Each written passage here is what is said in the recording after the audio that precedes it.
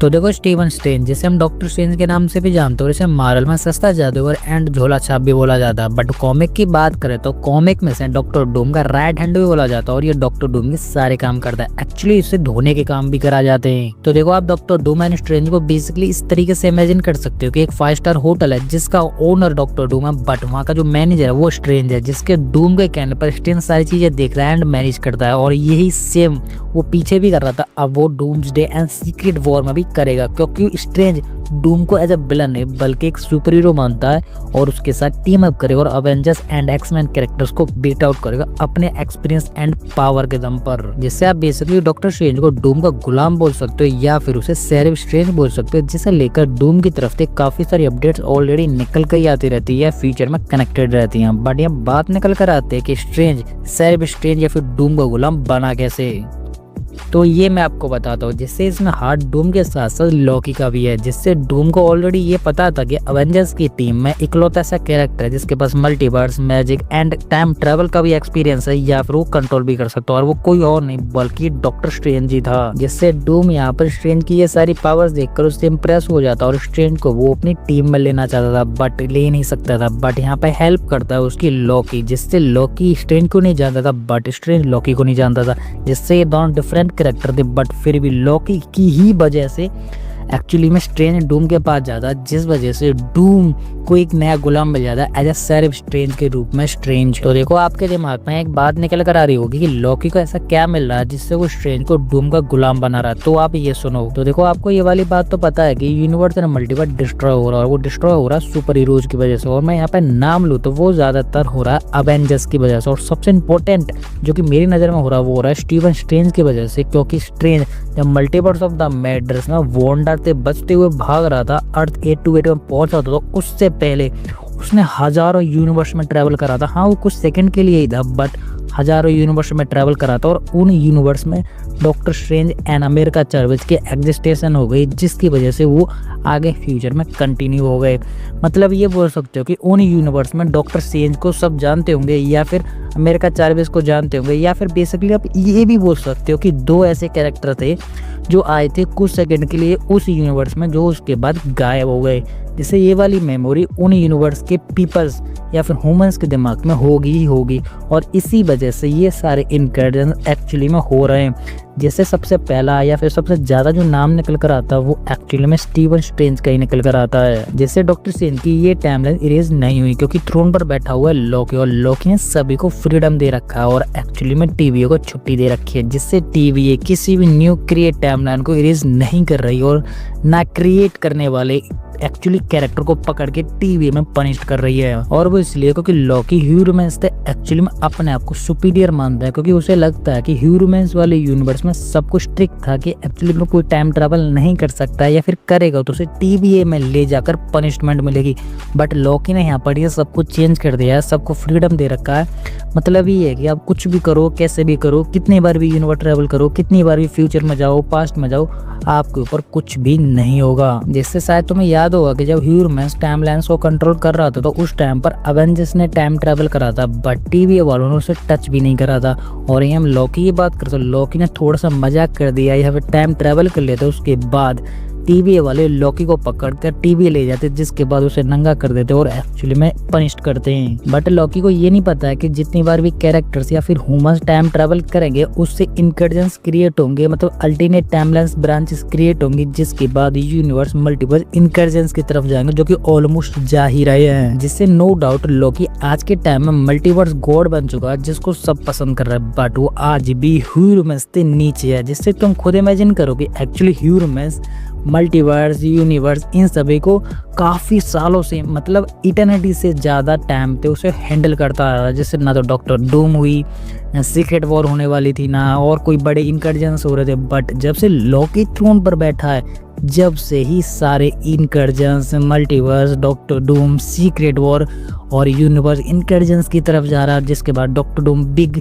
Thread लेके आ रहा है और अपना बैटल वर्ल्ड क्रिएट करेगा सब चीज़ों को डिस्ट्रॉय करने के बाद। तो यहाँ पर सबसे बड़ा जो थ्रेड है या फिर सबसे बड़ा जो रीजन निकल कर आता है वो लॉकी ही निकल कर आता है, क्योंकि जब ह्यू रोमेंस टाइमलाइन ब्रांचेस को हैंडल कर रहा था तो उस टाइम पे टी-बेबी काफी स्ट्रिक्ट थी, जिससे किसी भी यूनिवर्स या फिर किसी भी टाइमलाइन में कोई भी अल्टरनेट टाइमलाइन क्रिएट नहीं होती थी, क्योंकि टीवीए को पहले ही पता चल जाता था या फिर क्रिएट होने के बाद तुरंत पता चल जाता था, जिससे टीवीए उसी टाइमलाइन को इरेज करने के बाद और उस कैरेक्टर को जो उसी यूनिवर्स की टाइमलाइन को क्रिएट करता था उसे टीवी में पनिश करता था, जिसके बाद उसे वर्ल्ड में फेंक देता था। बट अब ये सारी चीज़ें पूरी तरह से चेंज हो गई और अब जो टीवी है वो करप्ट बन गया है, या फिर पैराडॉक्स जो है टीवी का ओनर वो इसी वजह से करप्ट बना है। और टीवी के सही से काम ना करने की वजह से और लॉकी के ज़्यादा फ्रीडम देने की वजह से इतनी सारी ब्रांचेस क्रिएट हो गई जो कि टीवी खुद हैंडल नहीं कर पा रही है, और इसी वजह से अल्टरनेट टाइमलाइन इतनी ज़्यादा हो गई है कि वो अदर यूनिवर्स के प्लेनेट, ह्यूमंस या फिर लाइफ स्टाइल पे इतना डर्टी इफेक्ट डाल रही है कि उससे काफ़ी ज़्यादा बिग थ्रेड प्रॉब्लम्स क्रिएट हो रही हैं, जो कि एक्चुअली में डूम के साथ हुई हैं या फिर डूम उन सभी का बदला लेने आ रहा है। तो देखो अब मैं आपको बताता हूँ कि स्ट्रेंज क्यों और किस वजह से डॉक्टर डूम का गुलाम बनेगा, जिससे शायद तुम्हें याद होगा कि डॉक्टर स्ट्रेंज ने 14,605 पॉसिबिलिटीज देखी थी जो कि थैनोस को बीट आउट के लिए भी थी। बट ये डॉक्टर स्ट्रेंज ने ये थैनोस के बीट आउट तक ही नहीं बल्कि उसके फ्यूचर, तब थैनोस के हारने के आगे तक भी फ्यूचर देखा था, जो कि स्ट्रेंज को पता था कि ये सब होने वाला है। मतलब डॉक्टर डूम आएगा यूनिवर्स इनकर्जन्स की तरफ जाने, जो कि सबसे बड़ा जिम्मेदार इसका लॉकी रहेगा, और इसके बारे में स्ट्रेंज को पता है। और स्ट्रेंज को ये पता है कि एक्चुअली में इनकर्जन स्टॉप नहीं हो सकते हैं, जिससे ये कंटिन्यू रहेंगे, और कंटिन्यू होने के बाद ये शून्य मतलब पूरी तरह से इनकर्जन्स होने के बाद या फिर डिस्ट्रॉय होने के बाद शून्य में चले जाएंगे, जिसके बाद कुछ भी नहीं बचेगा। बट इन सभी को जो बचा सकता है, स्टार्ट कर सकता है, क्रिएट कर सकता है, तो वो कोई और नहीं बल्कि डॉक्टर डूम ही है,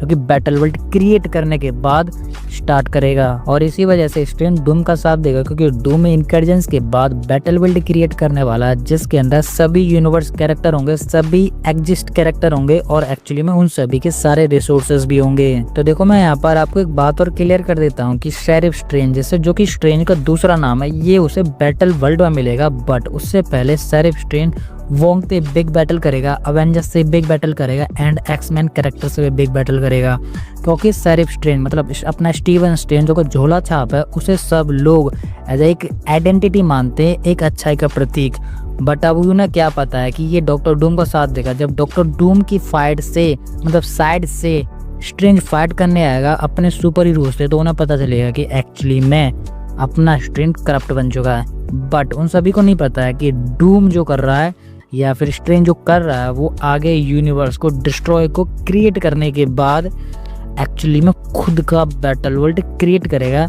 जो कि उसे हैंडल करेंगे सभी सुपर हीरोज। और यहाँ पे बिग बैटल या थ्रेड जो निकल कर आएंगे वो सबसे ज़्यादा निकल कर आएंगे वोंग की तरफ से, जिससे वोंग यहाँ पे सुपीरियर बन चुका है और वो डॉक्टर स्ट्रेंज को बीट आउट करने के लिए और अपनी मैजिक स्किल्स का इस्तेमाल करने के लिए बैटल वर्ल्ड क्रिएट करने से स्टॉप करेगा वोंग